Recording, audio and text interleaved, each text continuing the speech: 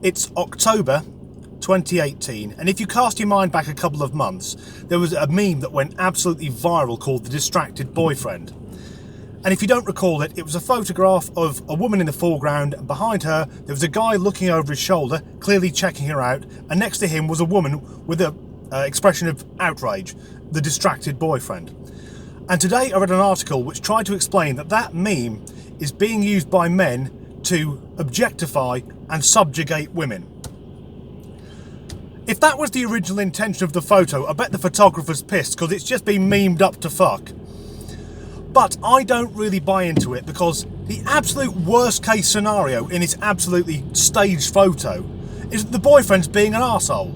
He's checking out another woman while he's got his missus with him. Don't do that, mate, it's not polite. Or at least be a bit more subtle with it. Because let's let you into something here. I'm a very happily married man. I wouldn't trade Mrs. Disgruntled for the world. But if I'm out and I see an attractive woman, sometimes my eyes are just drawn. And if she sees an attractive looking guy, the same happens to her. And here's the thing, you do it as well. We all do. It's fucking built in. But because this is clearly being brought up by someone who's angry for the sake of being angry, I'm just offended because the man looked at a woman, I've decided that I'm going to take offence to their response. Because in the original photo used for the distracted boyfriend, there is no description given of the relationship between the people in the photograph. And for these people to just assume that a man and a woman together must be a couple, I'm offended. Why can't they just be friends? Why do they have to sexualise everything? So here are a few alternatives. The first is the man checking out the woman. The woman who's outraged, they're not a couple, they're friends. But the woman he's looking at is also her friend. And now she's worried that this is going to change the dynamic of all the relationships. She shows her fear through anger. She had a difficult childhood. Secondly, it could be that they are just friends, but the woman who's outraged, she wants to be more than friends. And the guy said, sorry, I'm gay. Because to be blunt, we've all fucking done that one. And then when they meet you in a few months, I thought you were gay, just a phase. So, he's told her he's gay because he's not really interested. And now she's seen that he does like women. And the edifice is crumbling. And the enormity of the lies has come out. She's going, Colin, why did you lie to me? And the third case scenario I could think of is this. Maybe the guy's not checking out the woman at all. He's a secret cross-dresser. He's looking at her shoes and going, if I could get a pair that'd fit me, I could complete my ensemble.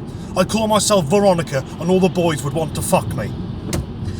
So, who is it? Actually, before we go on, people finding this meme offensive, cast your mind back to the Diet Coke adverts of a few years ago. And if you don't recall them, they were a series of adverts where an office full of women will wait for an extremely handsome man to go on his break, then for reasons best known to himself, remove his shirt, because we don't all do that when we go on break, and then down a can of Diet Coke in one. Now, as a man, I find that quite offensive because those women are leering at him like a piece of meat and he's just there trying to do his fucking job. I bet he cries when he goes home. Of course I'm not offended by that, because I'm relatively sane. So who is it has decided that this meme is so offensive? Well, worryingly, it comes from a study at a university. Now, I was given to think that the people at university are the stars of tomorrow, the people that are going to cure cancer and end world hunger, but apparently they're now doing degrees in how to be offended by every fucking thing. And I don't know why I find this strange, but it's a university in Sweden.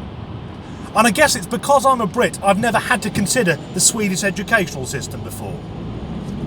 In Britain, Sweden just produces flat pack furniture, Volvos and death metal.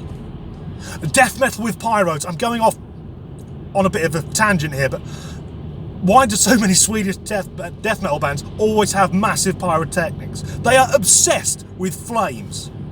I've never been to Sweden, but I bet if you go over there and light a fag, within a couple of seconds there'll be two blokes with electric guitars windmilling next to you.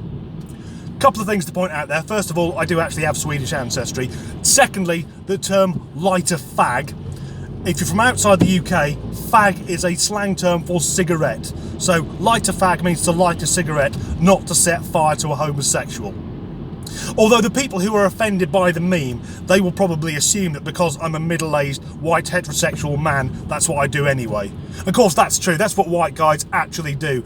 Monday to Friday, we're there, objectifying and subjugating women, oppressing ethnic minorities. Saturday, we go out, set fire to some gay men. And then on Sunday, we all go worship our god, Donald Trump. Finally, a voice for the bigoted white man. But oddly, why I find this odd is that this has come from a Swedish university, and on Sunday I actually went to see a Swedish band, their first UK tour, and the female singer, and I say again as a very happily married man, the female singer of this band is basically the most stunning woman I've ever seen, and also the most photographed woman I've ever seen. I've never seen so many photographers at a gig. It was just a haze of flashbulbs going. So I was thinking today, my God, were we all there guilty of objectifying this lady? Should I have got up on stage and said, "No, put down your cameras, we shall not do this, it is 2018"? But then thinking about it, that's a grown woman who's come there of her own free will and presumably has dressed herself. So no, it's not a fucking issue.